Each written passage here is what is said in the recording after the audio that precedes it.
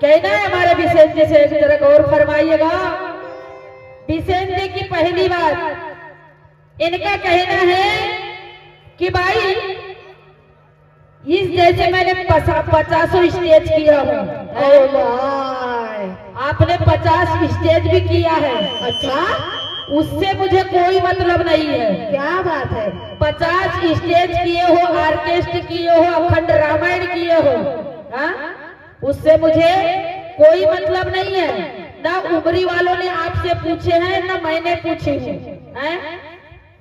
और दूसरी बात इनका कहना था कि भाई छेड़ना नहीं। तो भाई साहब, सभी जनता जनार्दन यहाँ पे बैठी हुई है, ये शायरी मंच है, ये दो सत्संग का जंगी मुकाबला है। मजे एक दूसरे के क्वेश्चन का आंसर देना है। अकल ढकल पहले सीख जाइए बिसेन जी। आपने ही बताया कि 50 मंच काके छोड़ दिया हूं मैंने। अच्छा, लेकिन जब ये शायरी का रंगारंग सत्संग का मेला है, हमारे दो शायरी को इन्होंने जंगी मुकाबला क्यों नहीं रखा? आपका ऑर्केस्ट्रा ही रख लेते हैं, आपकी अखंड रामायण ही सुना देते यहाँ पर। बिल्कुल ज्ञानचंद शायर, जरा ध्यान दीजिए शब्दों पर। और तीसरी बात इनका कहना था क्या? कि भाई कैसेट का गाना। अच्छा, तो इन्होंने क्या गाया? ले ले मजा ले ले। तो इनके बाप ने लिखा है। भैया बोलना नहीं चाहती थी मैं, लेकिन इन्होंने बोला ले ले मजा ले ले, नकल को ले ले मजा ले ले। कौन से बाप ने लिखा है? जरा अपने राउंड में फरमाइएगा बिसेन जी। बोलना नहीं चाहती थी।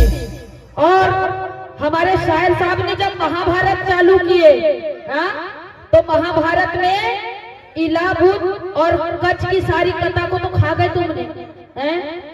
जब महाभारत चालू किए थे तो इलाबुद से चालू करना था, उसकी नकल को तो खा गए आपने विषय को। और ज्ञान तो ऐसे बता रहे हैं जैसे मुझ में आपने 50 स्टेज किए होंगे, इससे मुझे कोई फर्क नहीं पड़ता। और न मैंने आपको धमकी दी हूँ और न छेड़ी हूँ।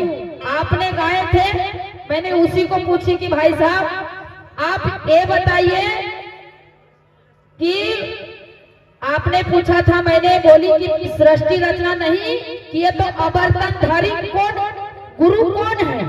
आपने जो लावनी के माध्यम से गाया था, तो मैंने उसको पूछी कि अमर्तन गुरु कौन है? उसको भी तो खा गए आपने। और कहना है हमारे शायर साहब से, जरा ध्यान दीजिएगा। आपने दर्शाया कि ओट से वोट ना लगे, साकार निराकार बताते हो। जब पिंड रचना ही नहीं हुई, वोट और नाक कान कहाँ से आया है? ऐसी शायरी करते हो, 50 स्टेज ऐसे चुथिया बनाने का काम करते हो। तो कहना है पहले पक्के से कच्चे में लाना था, पिंड रचना करके शून्य महाशून्य का दीदार करना था। कौन सी देह से दर्शन किया है? कौन सी देह से दर्शन किए? उस नगर की तो बात बताइए आप। ऐसे बताइए तो शायरी सुनने वाले को भी मजा आएगा और सुनाने वाले को। खुद भी चुतिया, जनता को भी चुतिया बना रहे हैं। ऐसी शायरी मत कीजिए बिसेन जी, मजा नहीं आएगा। इसलिए कहना क्या कि अन्यायी सदा अन्याय में उजागर हो नहीं सकता, कि अन्यायी सदा अन्याय में उजागर हो नहीं सकता। और ये पापी पाप का बीज यहाँ उमरी में बो नहीं सकता। ये बात कहो इंसाफ को तो ये बिसेन जी को बुरी लगती है। ये बात कहो इंसाफ की तो बिसेन जी को बुरी लगती है। और हम सच कहते हैं भैया, इनके कलेजे में छुरी लगती है। तो ज्ञानी को ज्ञानी मिले, मिले ज्ञान के बोले, कि ज्ञानी को ज्ञानी मिले, कि मिले ज्ञान के बोले। और ऐसे मिले अज्ञानी तो भैया जी खंडी में पूरा है बोले। क्यों? कि पूरी खंडी में फूल बन रहा है भैया। क्या बात है? पूरे फूल बदरा है, पूरे। इसलिए कहना है क्या? अरे गली गली और उमरी गाँव में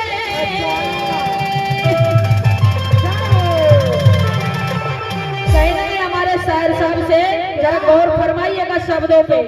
ये धमकी चमकी किसी और को देना, ये सरस्वती लीलारे को तो देना मत और सोचना भी मत, है? इसलिए कहना क्या? क्या? अरे गली गली और उमरी गाँव में ओ भैया, अजी आज मचेगा हल्ला।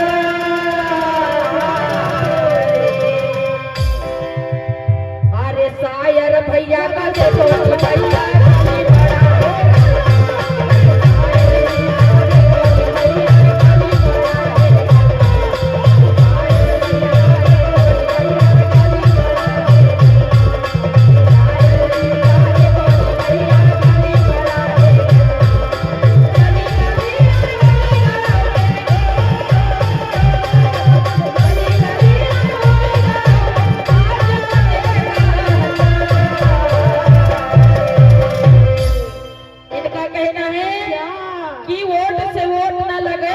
साकार निराकार बताते हैं।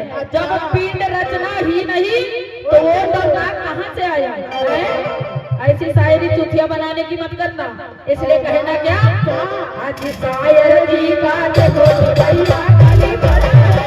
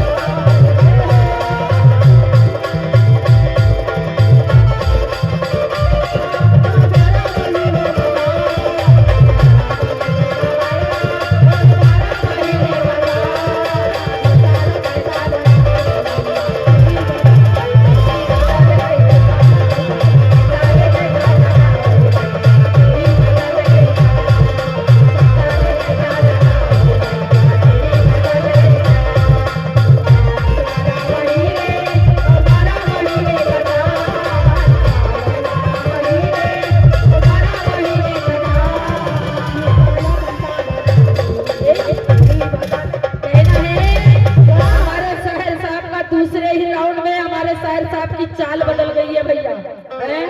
लेकिन ये सरस्वती लीलारे तुम्हारे चाल पर भी रोक लगाने वाली है।